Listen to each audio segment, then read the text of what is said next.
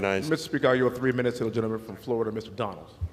Gentleman from Florida is recognized for, what do you say? 3 minutes. Thank you, Mr. Speaker. I'm actually want to welcome the people who are here in the gallery. Glad you're here to see this, because what you are witnessing is actually something functional that Congress should be doing. We have a federal agency called the ATF that has unilaterally decided that they want to make illegal a piece of equipment that they legalized more than a decade ago. The ATF said that the pistol brace is a functional and legal piece that can be added to, and I stress added to, a firearm. And they allowed it to be sold in the United States for more than a decade. Now, why do I say added to? The question for the people in the gallery, the people watching C-SPAN across our country is, have you ever seen a pistol brace? It is mostly plastic and or carbon fiber. It wraps around your forearm, and it has a little pole that sticks out to the midpoint of your hand.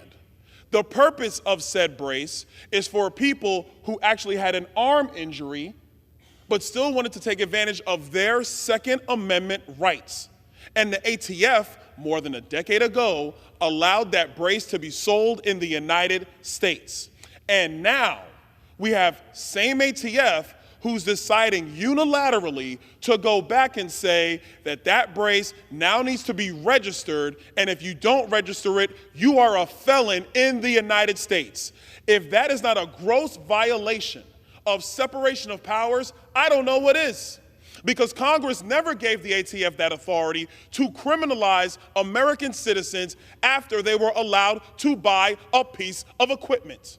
If an agency says that they think a piece of equipment is a detriment to public safety, then it is the requirement of the agency and the executive branch to come to this body and ask for the legal permission to say so. They did not.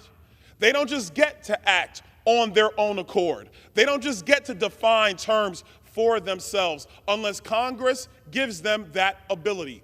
This is, Mr. Speaker, this is one of the fundamental problems we are having here at the national level, is that we have too many agencies who are taking too many latitudes with the liberties of the American people. And instead of going to their representatives for clarification, they decide that they want to make them felons through the back door.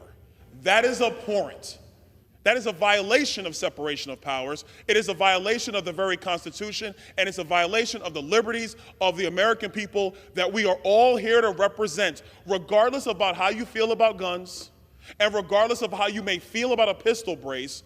None of us should be supportive of an agency using their authorities, or not using any of their authorities, to criminalize the American people.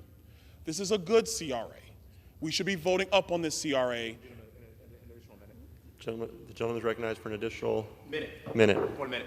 I appreciate my colleague from Texas. Don't think I'll need another minute. We should be voting for this measure, Mr. Speaker.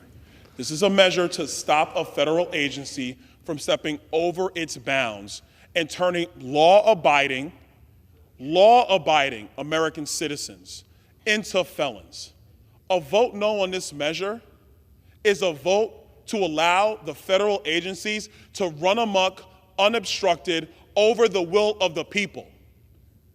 Our members should be supporting it, and frankly, every member in this chamber should be supporting this resolution today. And with that, I yield back. The gentleman from Texas reserves. The gentleman from New York is